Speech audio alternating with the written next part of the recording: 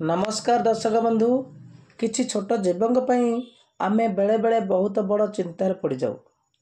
आम घरे मशा माछी और मूषा अधिक मात्रा देखादेले यही उपायटी को अवलंबन करंतु। देखिबे आपण घरु मशा माछी मूषा गायब हो जिवे। ताहले आसंतु आमे सही उपाय अवलंबन करिबा। देखंतु सामग्री होची किछि तेजपत्र, कर्पूर, निम्ब तेल बा सोरिष तेल। याकु किपरि प्रयोग करिवे देखंतु।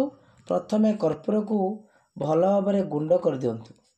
एहा परे आपण एही गुंड को तेल रे मिसाई दियंतु। सही तेल रे किछि निम्ब पत्र पकाई दियंतु। एहा परे आपण एक अलगा पात्र रे 3 रु 4टी तेजपत्र छोट छोट करी छिड़ाई पकांतु।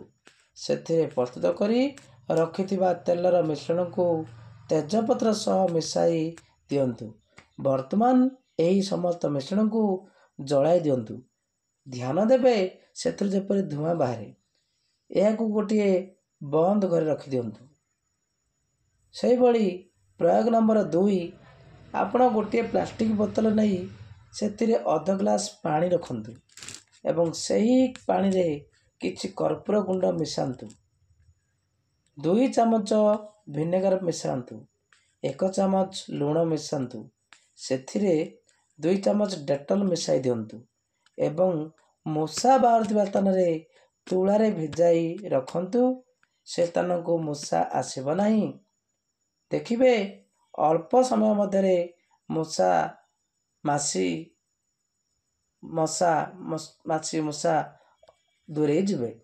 तेबे आपण माने एई भली प्रयोग करी आपण घरु 5 मिनिट मध्यरे मशा माछी मूषा को घोड़ांतु।